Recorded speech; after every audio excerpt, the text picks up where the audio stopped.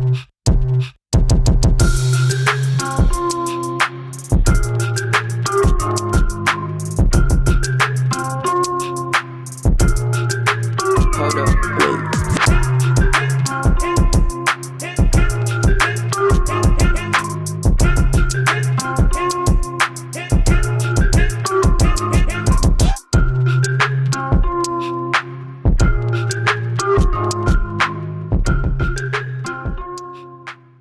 are back on the What Are We Doing podcast, and we are at a little bit different location. We are at Jeff's house, in Jeff's living room this time, not mine. And yeah, what you gotta say? You got anything to say about it? No, it's a nice change of location. Yeah. So I like your house. Your house is nice. I'm excited to be on the What Are We Doing podcast. Today, the we are we. And before we get going, I got that 5K sub giveaway. I got the TruCreator Series 1 Insane Box. Could be yours. We'll see it's 5K. So. Hey, guys, a simple thing.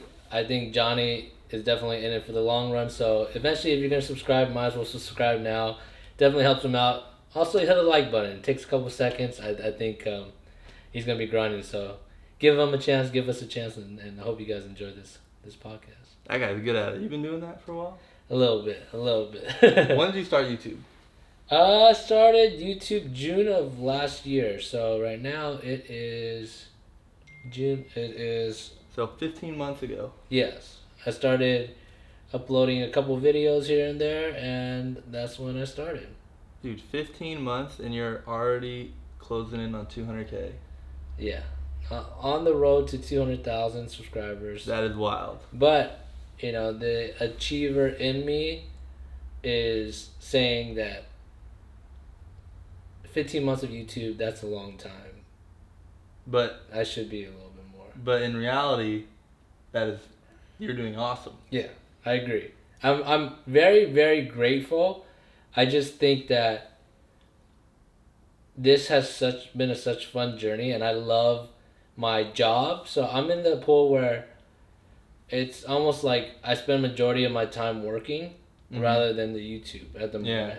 So at the end of the day, I'm learning a lot. So I think a lot of times I'm always thinking about what can I learn from the guys, because, where we work, the whole job, the whole companies that we work for, they're mainly YouTube. So yeah, I don't think it takes away, but, imagine going full time in YouTube. I think the potential for that would have been amazing. But this guy is, you guys don't know this, but this guy is like my know-it-all, do-it-all for my YouTube channel. If I ever have a question, I go to him about it. Oh, yeah. Not saying I know everything, but I've recently started studying more about YouTube because it's very simple. Like, a lot of things that the big YouTubers do, if you do similar, like, algorithms, like retention time, a lot of that stuff. I'm starting to get into that more, especially with Mr. Beast and everything. So, yeah. Yeah, so, he says he may not know nothing, or not a lot, but he knows a million times more than me. Travis is also here. Yeah. Hello. And then Trevor just also walked in. Travis just stepped on my keys. Yeah, just demolished his new key fob. Honestly. And then, it's over there. Oh yeah, so you've only been doing it for 15 months, because you say you should be doing better, but everyone says I don't think I should awesome. be doing better. I just think that I'm learning a lot for the future of the success of my YouTube channel, because like basically me learning from people that have had years of experience, like us, we got to be in the presence, let alone be friends with people that have put 8 to 10 years into YouTube, and we're able to turn, like what they say, decade into days, like years into like days, just because we got to learn from their success, but also their failures, things that they say stay away from. So I definitely think we're in a blessed situation. I think, to say 175 is not a lot. I'm just saying that I'm learning for the future of our channels and my channel specifically. So you've only been doing it for 50 months. I've been working here since February. So March, April, May, June, July, August, September. Yeah. So the last 7 months for me feel like they flew by, and you've only been doing YouTube for double that, And I think you guys doing awesome. Yeah. This guy's doing incredible. Thank you, man. Oh yeah, something you said, decade into days. I've never heard that. It's a very... What does that mean? It's a very common... Because that's 10 years into days. Yeah, it's a very common thing man. In the, not business world, but the coaching world, where if you really want a shortcut to life, you have to learn from people's mistakes, but also successes. And it's called modeling, right?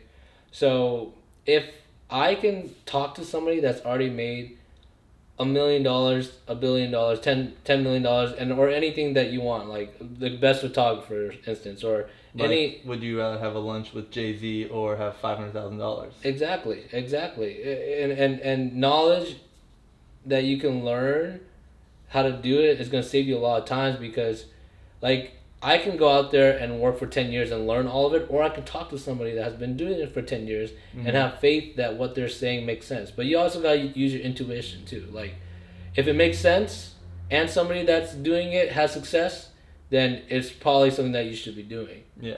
So for me, I just, especially with the internet nowadays, it's so accessible to have mentors that you don't even know. Right? Like, you can learn from, like, I watch Mr. Beast stuff.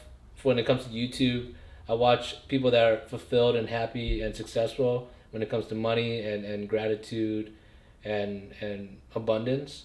So abundance mentality. Yeah, abundance mentality is always the key. And so we got a lot of people coming in and out. Efron's coming in. Efron's about to be in here right now. Yeah, so it's about to be a full house. But yeah, so the whole decade into days is anything you want to accomplish, you're gonna save so much time by learning from somebody, and it doesn't even, your mentor could be somebody you don't even know, because there's so many podcasters out there, there's so many books out there that you can learn from. So if you don't have a direction or you don't know how to do something you want to do, start off by finding someone that's done what you've done and has material out there, or you could be in their proximity. Another thing is decades into days, and proximity is power, right? If you want to become something successful, surround yourself with somebody that has what you want. Proximity is power. Yeah, that kind of goes hand in hand. Like, sounds kind of similar to me to like whenever, like, the old thing, like, oh, it's who you know. Exactly. Like, be around what you want to be around. Efron is here. We gotta attack! No, please, you hit me already. Getting some knowledge, some wisdom nuggets, and we're also getting pelted by some Orbeez. Sorry. No, you're good. So we got Efron, we got Travis, and we got Trevor. We got full over there. Hello. Yeah, but I could talk about things like that all day. Like, I honestly, like, I keep my stuff when it comes to what I listen to very, not private, because I'd rather be more action oriented and be able to do instead of start talking about it. But for me, I fill my mind up as much as I can every single day with that kind of information. Like, I will listen to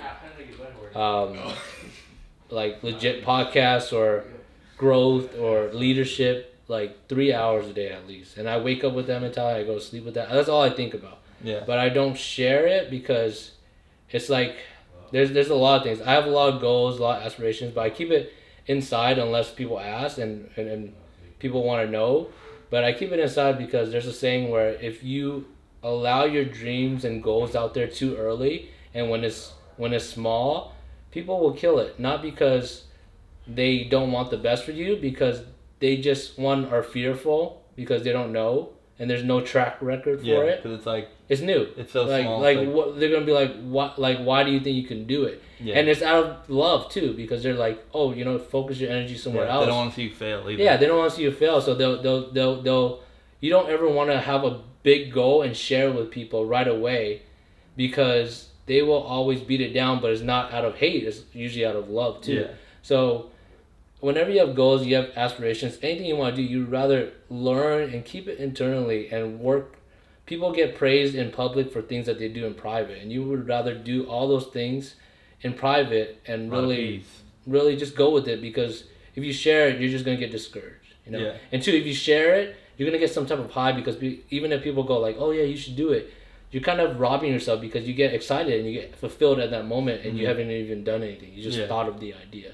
Yeah. So, I could talk about this all day because this is all I listen to. This is all I think about. And I truly think that if I wire my brain every single day, 10 years down the line, my everything, there's a thing called reticular activating system. It's your RAS. And anything you put your mind into, right? Let's say you want to have $1 million, right? But you think about it every single day, but you don't talk about it. Your brain will start finding things that will get you there. Yeah. Like those, like, oh, a job opportunity. Oh, this thing. Oh, you're making money here. Your goal is $1 million. Your RAS, reticular activating system, will be like, this is the conversation you want to listen to. Yeah. Do you ever like a sport or baseball, and then in the corner of your ear, you're in a restaurant or something, you hear somebody talk about the sport? Yeah. Your reticular activating system is going to pick it up because it's something that you enjoy or you appreciate. Yeah. You know, so you start looking at, and in RAS, your reticular activating system, well, I'll show you an example. This is a very popular thing they do. All right, close your eyes, right? All right. So right when I open your eyes, right, you're going to open your eyes and look for everything that is green. Right? Okay. So, ready? Open your eyes. Look for everything that's green. Green. And then green. Close your eyes. All right. Now, tell me how many things in the room that you found were red. Just name like 3 things. The knob on the Pac-Man machine's red. Okay, great. Tell me how many things you remember that were green. Both plants. Yeah. This photo. Yeah. There's a jacket down there that's green. Yeah. So there's 4 things that are green. That okay. Now open your eyes. Look for red. Look for red. Look for red. That's red. Look for red. Look for red. That's look for red. Look for red. Red look on for your red. shirt. Look for red. Red on the tripod. Exactly. So So red now close your everywhere. eyes. Right. So, actually, you don't have to close your eyes. But this is the test, right? So whatever you're looking for, your brain is gonna find more, and it's gonna almost ignore. And even if things aren't green or red, like if it's burgundy, you'll see it as red. Yeah. Because you're looking for. Yeah, it. because that's like not even. That's red, not even red, but you'll categorize it red Yeah. because that's what you're looking for. Yeah. So the power of reticular activating. So if you want to learn more about like, it's called Reticular activation system. Yeah, it's called a linguistic programming, right? And it's so powerful because once, it's like one of those things where after you set your mind to RAS or linguistic programming, you are inevitable to reach, it's manifestation, but more detailed. Yeah, so that's like the more, I would say, more common phrasing of it. It's like positive affirmation, because then like that goes like, people like, oh, I'm not good at this, I'm not good at this. You won't be good at it if you just think you're not good at it. But this, it's like you're like that. You're just programming yourself to not be good at something. But like your like reticular activation system, and like always thinking like what you want to do in your brain will figure that out and do it for you, Exactly. positive or negative. So yeah. And this guy is like a fountain of knowledge, as you can already tell, and positivity. This guy just radiates knowledge and positivity all day. Yeah. And like you guys can tell because you know who this is. Yeah, I think as a person, I think I know a lot and I have very information, but at the end of the day, I can't take credit to be positive, nor I could say I'm a positive person, but I'm not a perfect. Like no one is, right? And I think like the biggest things that you can learn as you grow are that nobody is perfect, right? Like we're always learning, we're always growing. I think if I'm gonna be straightforward, I'm learning more and more things every day as things go by on how to be a better person, and that means that I have to accept the flaws that I have, because I have a lot of flaws, and majority of our flaws, from my knowledge, or the truth is comes from our uprising, like our parents, what our parents taught us and what our friend groups taught us and stuff like that. Yeah. So, but at the end of the day, I think the biggest thing that I've been focused on reaching is energies, right? Like, you know, you find places where your energy is reciprocated, which means that when you give it, when you talk, when you appreciate, it's given, and the areas that you don't, you know, you respectfully save your energy, because in this life, you get what you think you're worth. You get what you think that you receive. You get what you think, how you walk, how you talk. and how you react to people appreciating and not appreciating you. Yeah. In college, one of my professors, like their big thing was called yoga whippy. You ever heard that? No. It's you get out what you put in. So like what you're saying, like the energy you put out, the energy you're gonna receive. Like how you walk, how you talk, how you respect yourself, that's how people are gonna respect you. Mm-hmm. And so that's like basically what you're saying, and it's like worlds colliding. Oh yeah. Of my business class and this podcast episode. Oh yeah. 100%. Yeah, I think 100%. Like, I shout am... out Mr. Headland. What's his name? Miss Paul Headland. Paul Headland. Shout out Mr. Kansas Headland. Wesleyan University. I think for a lot of things, my thing that I lean into to my introspect is I'm very intense. Mm-hmm. I think I am very passionate, but at the same time, to a lot of people that aren't as intense as I am, it can come off as aggressive, or it can come off as, too much. Mm-hmm. But I think sometimes in life, like, you just gotta lean into what your natural instincts are. Which is Of course. Because like, if you force yourself to do stuff that you don't like to do, you're gonna hate doing it, and it's gonna suck. Yeah. But like, so might as well focus that energy and like that effort into something at least that you like, because like in the end, it'll, even if you're not as successful, you'll feel better and like more fulfilled, because you're like, at least I tried at something I like, rather than force myself to do something I hate. Yeah. Like that's like, I was like always like growing up as like a kid, and like as I got older, obviously, I was always like, why do people just do things they don't like? Like that doesn't make sense. Like people get into, like in college they major in stuff, and you're like, oh, what are you majoring in? They're like, oh, I'm majoring in accounting, and you're like, why do you say it like that? Yeah. Like, why don't you just do something you like? Like if you like kinesiology and like the study of the body, why don't you do that? Oh, it doesn't pay as well as accounting. Would you rather, like, and that's where it comes into the question, like money or like yourself? Because like a lot of people will sacrifice themselves for money, and it's like you need always stay true to yourself and like the people around you who support you. Yeah. Which is like the most important thing. Like it's like him. This guy is himself through and through, and the people who are around him, like we all support him, and he supports all of us. Like this guy is. If you're willing to ask Jeff is willing to help with anything, and that he's like been so helpful to me over just the 7 months that I've known him. I feel like the guy has given me a lifetime of experience. Like what he said, decade into days. Now I have a phrase to say it, or a phrase to put into his actions, because like he's given me all of his knowledge of 15 months of doing this, and if I ask, he'll give it to me. Yeah. So like I'm able to now. You have a phrase to put into what you do. Yeah. I think I appreciate that. I think it takes time with stuff like that, but I definitely have come around to the idea that, the more people that are winning around you, it's like a new saying that I try to remember is celebrate people's wins, And I think a lot of times, I realize today it's more of a LA thing. It's a culture in LA where you winning or somebody else winning is not your win, but it's like a piece of the pie. Like there's not enough there to eat. You know? So like someone takes a piece, they're taken away from you in some way. But I appreciate that, and it comes full circle that the more people that you help, the more you're helping yourself in some type of way. It's the karmas, energies of life is what it is. Going back to what you said about like that LA like mentality, I just seen a tweet this morning laying in bed before I got ready to come to work today. It was like if I make $1, I'm not taking $1 from you. If I make $1,000, I'm not taking $1,000 from you. If I make $100,000, I'm not taking $1,000 from you, and vice versa. And it's like so true. It's like just because you're doing good doesn't mean you're stunning someone else's growth. Like there's enough for everyone if you're willing to put in the work and the time. Yeah. And it'll happen for you if you're doing something you like enjoy doing. Like just because like Jeff has 175,000 subs. I have right now 4,000. That doesn't mean Jeff's taking subs from me. Like that we can still both go up at the same time. Yeah, it goes back to the whole abundance mentality.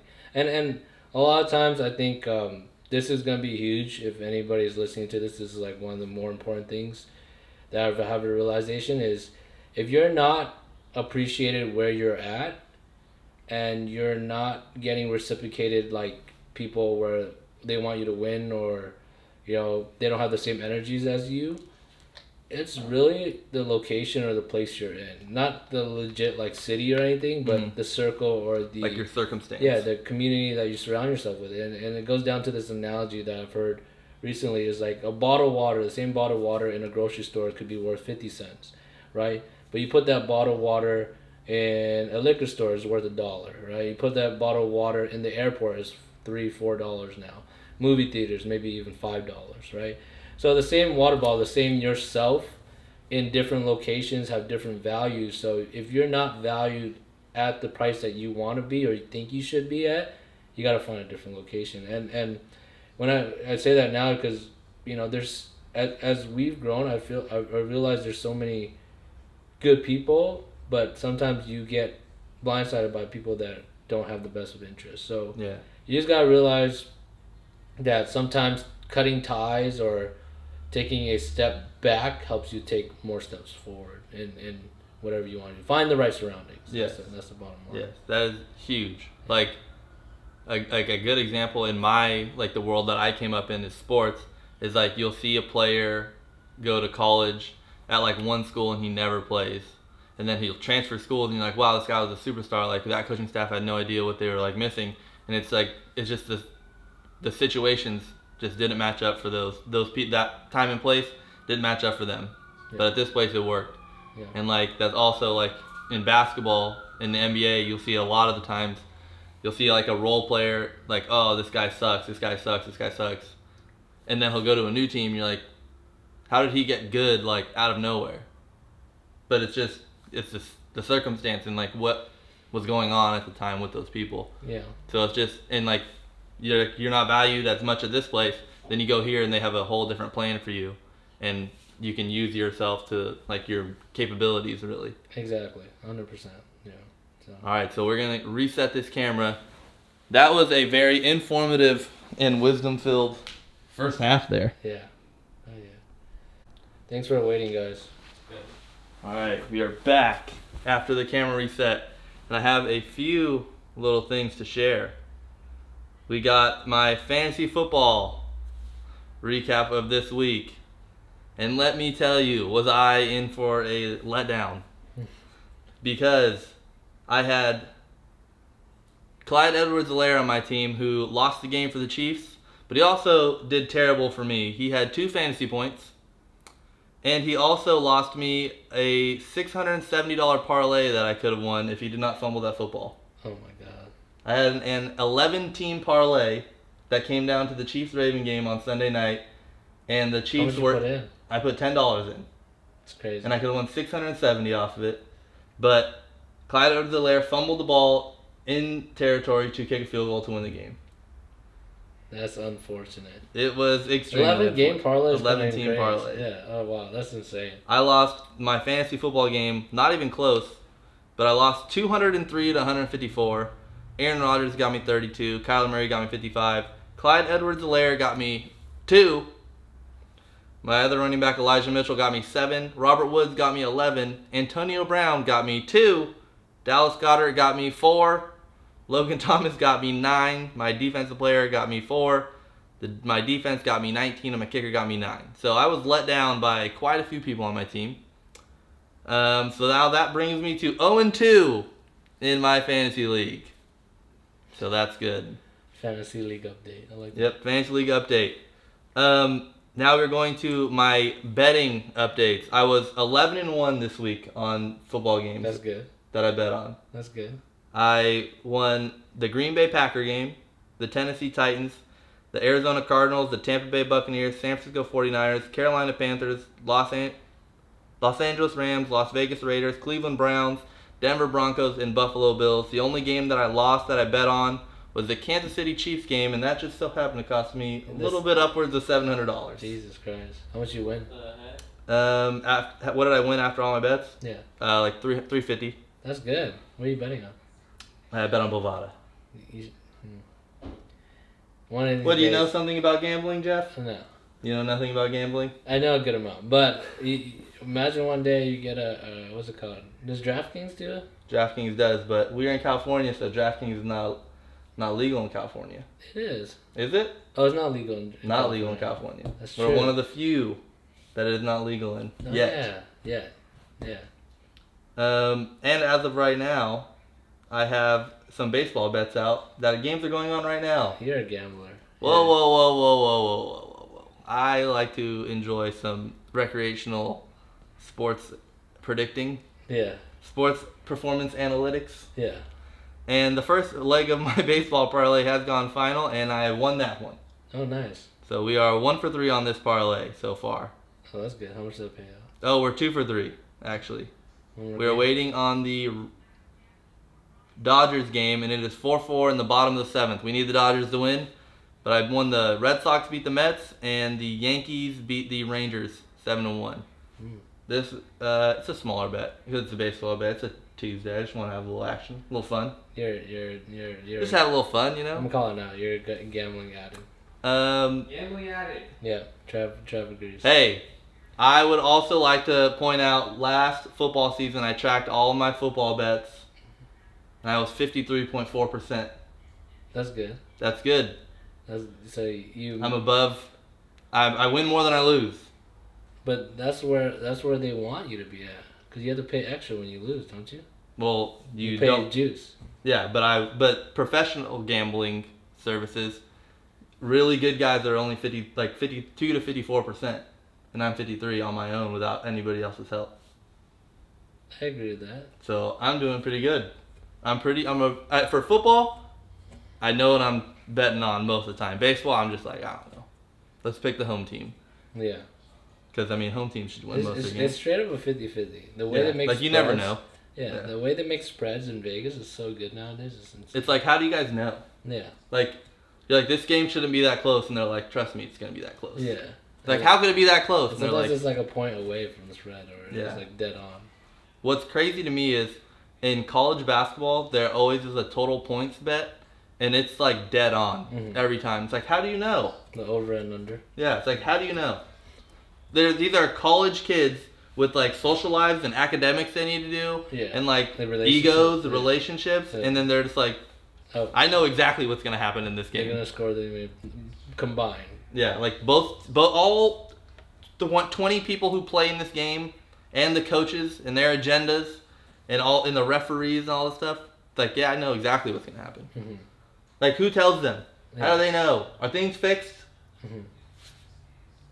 I think what I've learned from this is you have a passion for sports. I feel like something that you can. Oh, I'm a sports guy. Yeah, you're definitely a sports guy. Definitely channel into whatever. Definitely a sports guy. Yeah. Well, that's why we have a sports segment right now. Yeah, you have a sports segment. You have rebuilds. Yeah, go check out my rebuilds. Check out the rebuilds. They're all right. Also, check out Jaidel's rebuilds on JDL. His are good. Very entertaining. I watched those. They're great. Are you in any fantasy sports? No. Have you ever played fantasy sports? Yes. Why don't you don't like them? They take up a lot of time. They do take up a lot of time. That's the only reason. So this week, let's take a quick look at this next NFL week, and I will ask you to just pick a team. All right. Packers versus 49ers. It's a spread. No, we're just going straight up here. Who do you think is going to win? The Bucks? No, Packers and 49ers. What?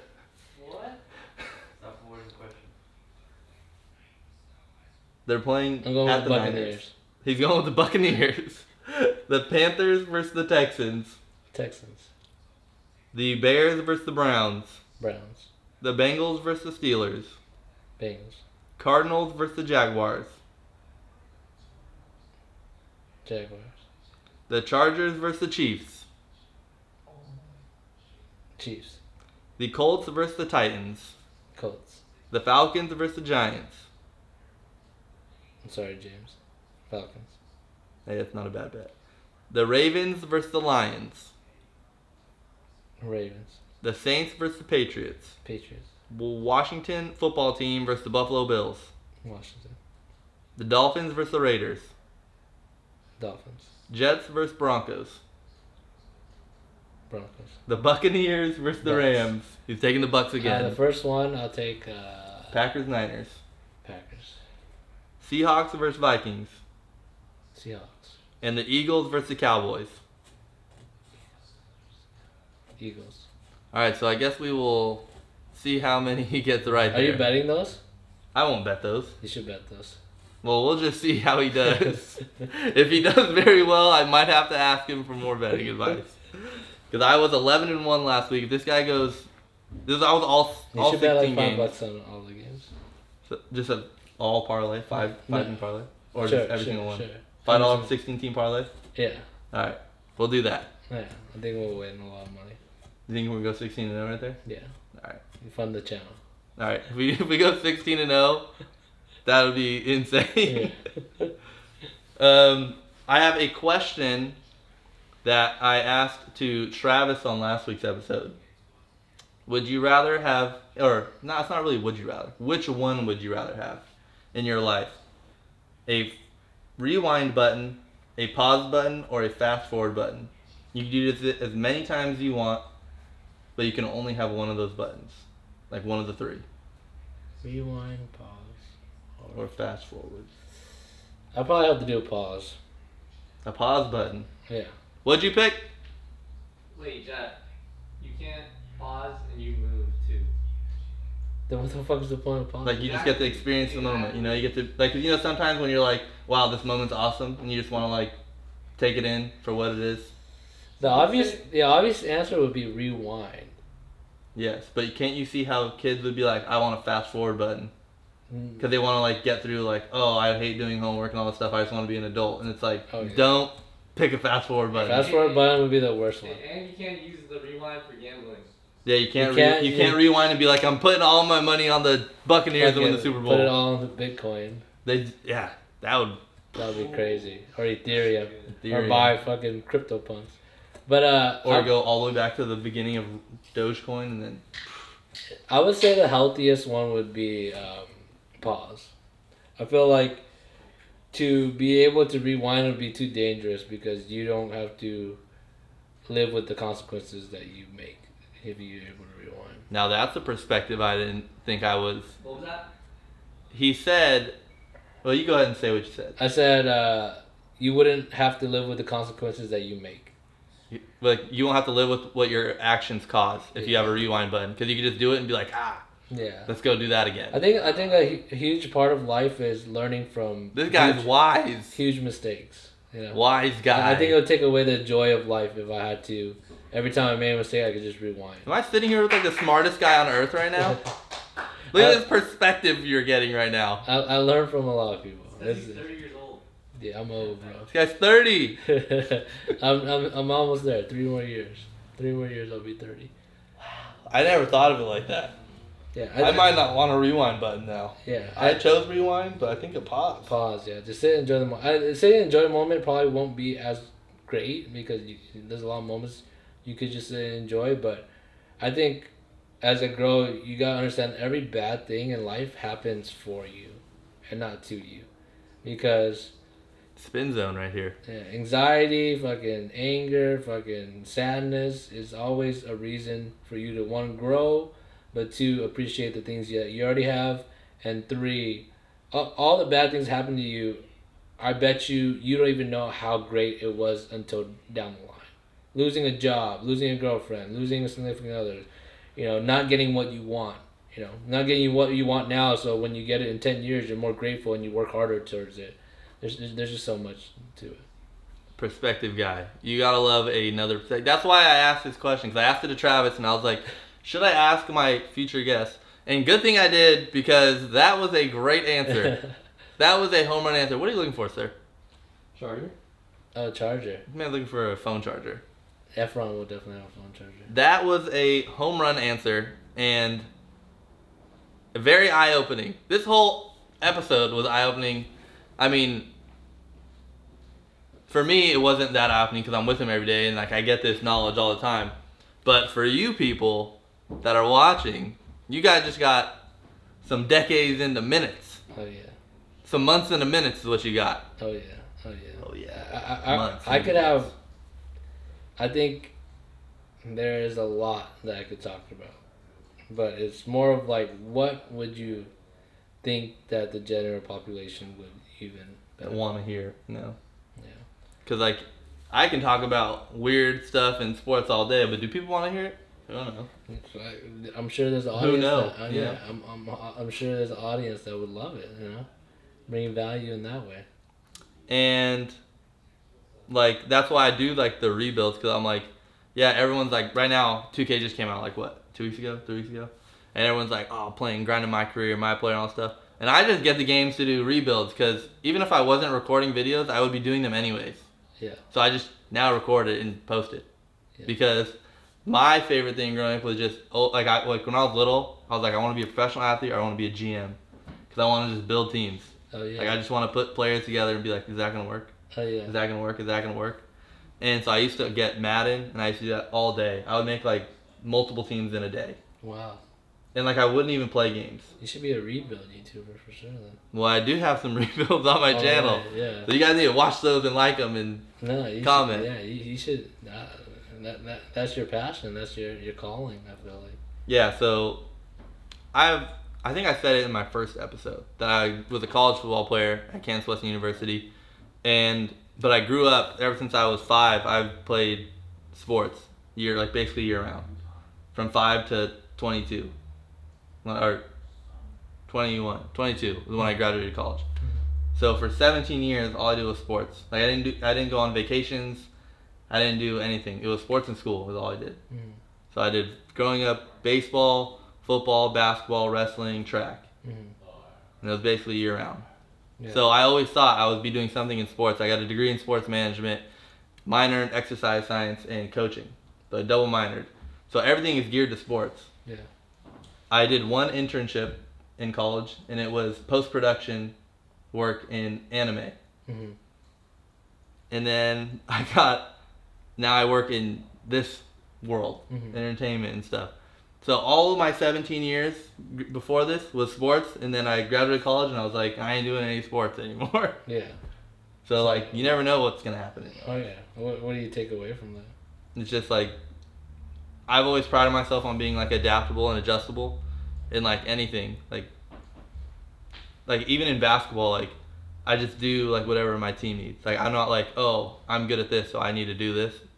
Like, oh, I can score, I need to score. I'm like, I'll just do whatever you 4 people are lacking. I'll just try and do that. What's one thing that you can say that if you had a year from now would completely change your life than what you have in like sports and all that stuff?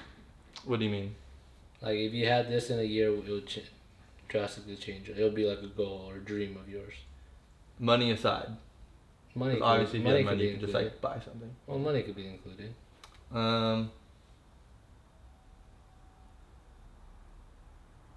I would say if in a year from now I could be in a similar situation as you.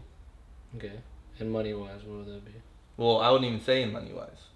Alright. So I would say because not even subscribers. I would say the kind of community and subscribers you have, because your community that it follows you is super supportive of you, and like it's like the saying like, oh, you instead of having 100 friends, you'd rather have 5 good friends instead of just having 100 friends.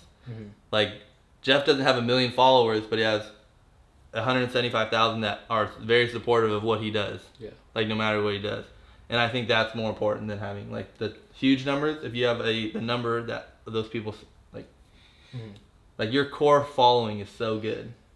Well, I appreciate that, and shout out to the Bui crew. Bui crew, and I don't even attribute it to like the Bui crew. I just think that if you were to share a message or have a movement where people can attract because they know it's good and they can aspire to be something, and not even aspire to be like you, but just have the same energy. You know what I mean? I think that's where it is. But the reason why I asked is because what's stopping you from being there? What will stop you from? What would stop me from achieving that? Yeah. I would say just not sticking to the grind and staying to myself. Yeah, and then I agree with that. I want to sprinkle some stuff into there because I think you have the work ethic, you have the vision, and you know what to do. I would say this is probably one of the last things I could share, but it's like there's this you ever heard of the ideology of a thermostat and how powerful a thermostat is? I've never heard of this. This is breaking news, fellas. This is bigger than open anything. Open your ears and open your eyes. This is the biggest thing I've ever shared in this conversation, which would be we are about to get a Jeff Bui bomb right now. A treat. So the thermostat is a analogy for identity, right? And identity is what you believe, who you are, and what you're worth. And a thermostat is a analogy because it's easy to say that if you are a 98 degreer, which is very hot, or even 80 degreer, that's where you think your thermostat is, right? So the reason why I bring this up is because you're the average of the 5 people you hang around. If you are 80 degreer, like when I'm talking about 80 degreer, you're like money, energy, passion, career. You're 80 degrees. It means you make a certain amount of money, and you meet someone, you surround yourself with somebody that is a 90 degreer. You will eventually turn your thermostat in the middle of that. So eventually both of you guys will be around, maybe they'll pull down to 87 and you'll pull up to 85. Mm-hmm. And it usually benefits the person that has the lower temperature. So you're the average of the 5 people that you spend around. And the reason why I'm bringing this up is because there's the situation where his name is Trevor something. He talks to Ed Milet in a podcast. Not this Trevor. Might be this Trevor. But so there was this guy, right? He was a good friend of Trevor's dad, and his dad told him the story where, he was a bad student, blah blah blah. Takes the SAT in high school, right? And then he was a dumb kid. This junior year, he took the SAT, failed every class. When he gets his test results back, he gets a 1450 out of, what is it, 1700, 1600, right? In the SAT? SAT, right? I think back in the day. Back in the day, it was like 2300. It was higher? Was it lower back in the day? I think it was 2300. What's going on? The SAT when we were in high school was like 22. Oh no, back in the day. Oh, way back. Before it was lower. So it was low and then went high and then back low again. It was what, 16 and 1600 back in the day. Yeah. Okay, so 1600. Yeah, 1700. Oh, so he got a high score. So he got a really high score. Okay. Right? So he got it back, and it was a really, really high score. And then he was confused, but then he just believed that, all right, I am a 1450. This is the identity I follow in because obviously it's a paper. So he's like, maybe I am actually smart. So he started going to school, right, every single day, his senior year. Went to community college, went to a university, graduated, and did everything for the next 10 years and eventually owned a multi-million-dollar company, right? And 10 years down the line, he gets a mail in the letter, and this is a true story. Letter in the mail. And he is saying that out of everybody, there was 13 tests that were sent to the wrong people. And you are one of the 13 people that got your wrong score. You actually got a 740 or 750, 740 something. So that's the crazy part, right? That's wild. One test and one number changed his life. And it's not because he was any smarter. He started acting and walking and believing like he was a 1450. He started doing habits that was 14, going to class. And it's the identity believing that he was a 1450, right? Before he believed he was dumb, like a 700 SAT. So the reason why that analogy is so strong and that situation, that thing is so strong is because we will act according to what we believe our identity is. If we believe we should only make 100K, we will only make 100K a year. If we think we only should make 50K, we'll only make 50K. If you believe that you only are able to bring the emotion, the intensity, the knowledge, the passion to only have 100,000 subscribers, you only have 100,000 subscribers. So if I can share one thing to any of you guys, or even for you specifically, before you get to 100,000 to 175,000, you must believe that your identity is somebody that has 175,000. So for me to get to 1 million, I am preparing now that my identity is 1 million subscribers, right? So if I don't have that identity, then I'll never reach it because I will not have the habits and belief of somebody like the 1450. Yeah. I would not start going to class. I I will not upload every day that I can create amazing content because I believe I should be 1 million subscribers. Yeah. And that's where 2 years, 3 years, a year from now, I will be at 1 million because I'm believing that's my thermostat. That's my identity. So for you, if you want to be there in a year, all you got to do is have your identity shift. Instead of 4,000 subscriber, 10,000 subscriber YouTuber, you got to shift your identity now. I am a 200K subscriber YouTuber. Start right there. And then adjust as you go, because once you have that thermostat identity, you will. It's like in life. You ever been like fat or skinny, or for me more fat? You start eating, and then you're naturally an 85 degree when it comes to health, right? You start eating, so that means your temperature's going lower because you're getting fatter, right? And you start hitting 70, 68. Your body's like, I'm turning on the heater. Yeah. I'm gonna start exercising. I'm looking at myself in the mirror and getting back to my same thing goes with the other way. Yeah. If your thermostat's 80 and you start getting a 6-pack, you're 90%, 90 degrees. Your cooler will turn on and bring you back to 85. So if you have the identity that you're only a 10,000 subscriber, once you hit it, you're gonna turn on the AC to keep you where you're at until you turn on your thermostat and say, no, I'm a 100 degree person. I'm a 110. So a lot of it comes with mentality, and we already know that. But to have analogies and have the reasons why of how important it is to say, like, this is who I am. This is my identity. Because identity is something you follow. If you believe that you're a good person, you will have good acts. If you believe you're a bad person, you have a bad. If you believe that you work hard, your identity is you work hard, you will work hard. That's why everybody's the same. Mm-hmm. Everybody has the same ability to wake up. Everybody has the same ability to work out. Some people don't, based on health reasons. Mm-hmm. But everybody has the same. The only reason is their identity is different from each other. Yeah. The only identity, like, we believe our identity. And if you want to be where someone wants, ask them questions of try to figure out how their identity is, because if you can model that identity, you probably have the same results as they do. It's a shortcut of life. How would this episode going full circle? I didn't have a plan coming into this, and this guy that was incredible. Had a plan. This guy had an agenda, and that was Jeffrey Bui, everybody. That was incredible. Thank you for letting us be in this beautiful place. Oh yeah.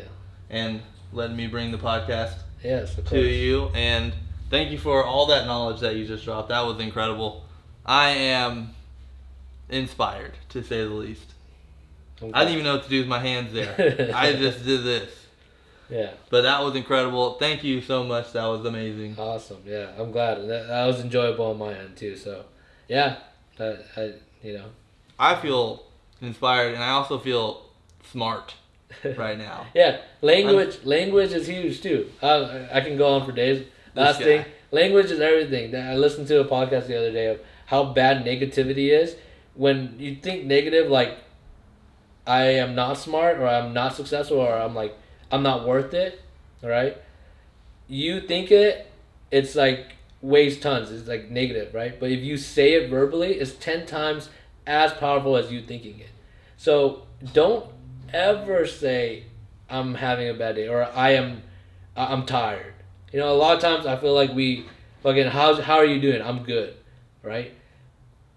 When people ask me, I say I'm doing good, but in my head I say I'm invincible, right? Like, how are you doing? I'm invincible. I wish I could say that, but it's not a normal thing. Yeah. But it's almost like a cliche of like complaining or a common thing. But a huge thing that you can do in your life is change your language.